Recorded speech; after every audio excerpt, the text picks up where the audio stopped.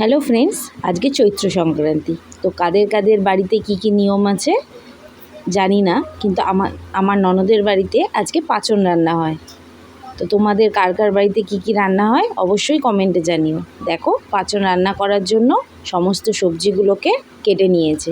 তো কাটাটা তোমাদের দেখানো হয়নি, কারণ তাহলে ভিডিওটা অনেকটাই বড় হয়ে যেত, যেহেতু প্রচুর সবজি।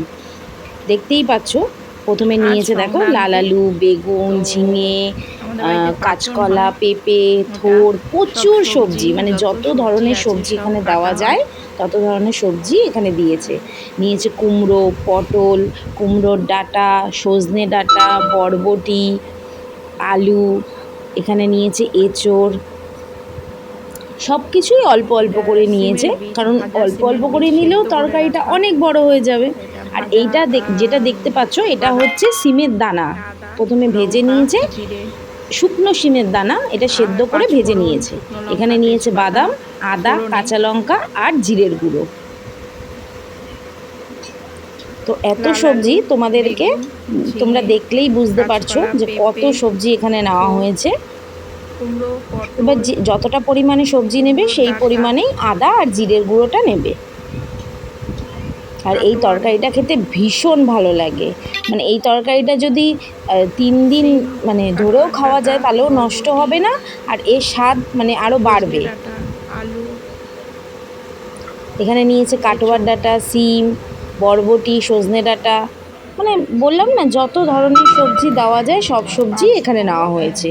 আর মশলার জন্য নিয়েছে, মানে ফোড়নের জন্য নিয়েছে এখানে শুকনো লঙ্কা, তেজপাতা আর এবার পাঁচফোড়ন। চলুন এক এক করে সব তরকারিগুলো ভেজে নিই। আস্তে আস্তে এই ভাজলে কি একটু প্রত্যেকটা নরম হবে, সবজিকেই আমরা, খেতে স্বাদ হবে। মানে আমার ননদ আলাদা আলাদা করে ভেজে নিয়েছে। দেখুন ভেজে আস্তে নিলে কি আস্তে হয়, সব তাড়াতাড়ি সবজিগুলো সেদ্ধটাও আমার হবে ভাজা আর হচ্ছে। খেতেও টেস্ট হবে। তাই সব ভেজে যেহেতু নেব, একবারে এত অল্প সবজি অল্প করে একবারে ভালো দিলে করে তো ভেজে নেব, নাড়তে খেতেও অসুবিধা ভালো হবে, হবে আমরা আর আলাদা আলাদা সেদ্ধটাও করে ভালো ভাজবো, হবে কারণ তাড়াতাড়ি। একবারে এত সবজি কষানো তো এবার সম্ভব না। এদিকটা ভাজা দেখো, এবার হচ্ছে, ইঁচড়টা এই ভেজে পাশ নিচ্ছি, ভাজা প্রথমে আলুটা ভাজা ভেজে হয়ে গেছে। নিয়েছি। এরপরে কষানো এবার হবে আস্তে মশলা আস্তে দিয়ে, সব সবজিগুলোই ভাজা ভেজে করে সব নিয়েছি। রাখা হয়েছে, এক থোড়, গামলা ভাজা বরবটি, এখানে পেঁপে, আছে। এইগুলো আর এখানে ভাজা নিয়েছি হবে না, বেগুন, একটু সিম, কষানোর আর সময় এখানে দেওয়া সজনে হবে। ডাঁটা, বরবটি, আর এই সজনে ডাঁটা আর দেখো কাটোয়ার এখন ডাঁটাগুলো ভাজতে ভাজিনি, একটু এগুলো টাইম লাগে, যখন এত মশলা সবজি কষাবো তো তখন একবারেই থেকে দিয়ে থেকে দেবো। থেকে থেকে সব এখানে ভাজা হচ্ছে। পটলটা ভাজা বসিয়েছে। সব ভাজা হবে, এগুলো এখনো বাকি আছে, একটু সেদ্ধ করে রাখা আছে। এইবার কড়াইতে তেল দেব। চলছে। এবার পটলটা বড় ভাজা হয়ে কড়াই গেলে বসানো তারপরে হয়েছে, এত একবারে সবজি মশলা তো কষাবো। নাহলে ধরবে না। দেখো, কড়াইতে তেল দিয়ে দিয়েছে। এবার দেবে ফোড়ন, পাঁচফোড়ন, তেজপাতা, শুকনো লঙ্কা শুকনো লঙ্কা, আর পাঁচফোড়ন। ফোড়ন দেওয়া হলো, তেজপাতা, তেজপাতা আর শুকনো লঙ্কাটা একটু ভাজা হলে এবার এগুলো একটু লাল লাল তারপরে হবে, মশলাটা দেবে। অবধি ভাজতে হবে।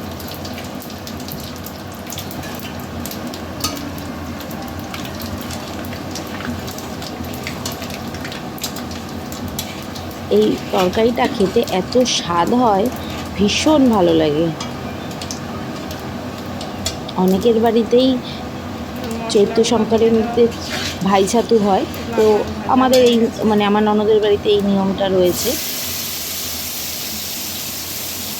এবার আদা আর জিরে বাটাটা দিয়ে দিল। আদা আর জিরে বাটাটা ভালো করে জিরে কষিয়ে নিয়ে লঙ্কা বাটা, তারপরে সবজিগুলো এক এক করে সব দিয়ে দেবে, দিয়ে ভালো করে কষিয়ে নেবে। এই তরকারিটা নাড়তে নাড়তে সত্যিই হাত ব্যথা হয়ে যায়, এতগুলো সবজি পড়ে, সমস্ত ধরনেরই সবজি পড়ে। অনেকে আছে আশ্বিন মাসে গাড়ুর ডাল হয়, অনেকটা ওরকমই। তেলটা ওটাতে মশলা একবারে পড়ে না, ওটাতে গরম করে ডাল দিয়ে নিতে হয়, হবে মশলা সমস্ত দিয়ে। ধরনের সবজি সেদ্ধ। এই আর তরকারিতে এটাতে মশলা দিয়ে শাক তরকারির ডালনা মতো রান্না পটল করা ডাল। হয়।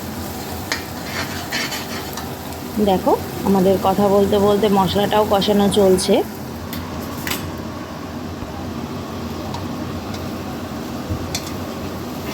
মশলাটা কষানো হয়ে গেছে, এবার এক কাঁচা এক করে সবজিগুলো সমস্ত যেগুলো ভাজা সবজি দিয়ে দেবো। হয়নি সেগুলো মশলাটা কষানো সব মোটামুটি হয়ে গেছে। এবার যেই সবজিগুলো আমরা ভাজিনি সেগুলো আগে দেবো, আর যেগুলো ভেজেছি সেগুলো একটু পরে দেবো, কারণ অলরেডি ওগুলো হাফ সেদ্ধ হয়ে গেছে।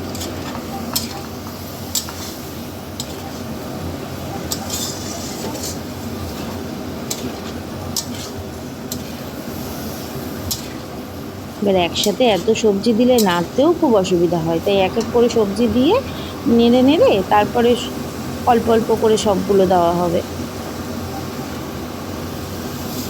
কুমড়োর ডাঁটা, সজনে ডাঁটা এগুলো দেওয়া হচ্ছে এখন। সব সবজি ভাজায় অল্প অল্প করে নুন হলুদ দেওয়া হয়েছে। এবার এটাতে অল্প করে নুন হলুদ দেবো, থেকে থেকে আস্তে আস্তে দেবো, একবারে দেবো না। আর আমি যেটা বললাম না সিমের দানা, সেই সিমের দানাটা যখন সিম ওঠে, যখন একদম শেষের দিকে সিম চলে আসে, তখন দানাগুলো নিয়ে শুকিয়ে সেগুলোকে ভেজে রেখে দেওয়া হয়। এখন ওই দানাগুলো, ওই ভাজা সিমের দানাগুলো সেদ্ধ করে তরকারিতে দেওয়া হয়। তার একটা কুমড়োর আলাদাই ডাঁটাটাই টেস্ট বেশি, আছে। তোমরা কে কুমড়োর কে ডাঁটাটাই খেয়েছো কমেন্টে পাঁচমিশালি অবশ্যই খেতে বেশি জানিও। ভালো লাগে, তাই কুমড়োর ডাঁটাটা এই বেশি সিমের করে দানা দেওয়া দিয়ে হয়। তরকারিতেও দেওয়া যায়, ডালও খাওয়া যায়, খুব ভালো লাগে খেতে।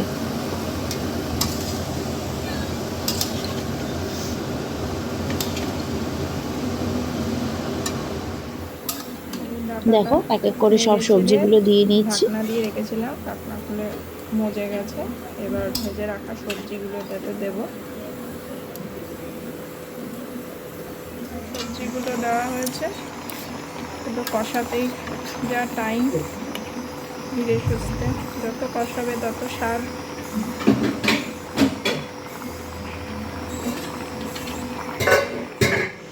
এটা একটু রোস্ট করে নেব, গুঁড়িয়ে নেব, ভাজা মশলা করব।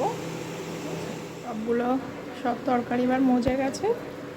সিমের বীজ সেদ্ধ করে রাখা ছিল, ভাজা সিমের বীজ, সেটাকে দিয়ে দিচ্ছি।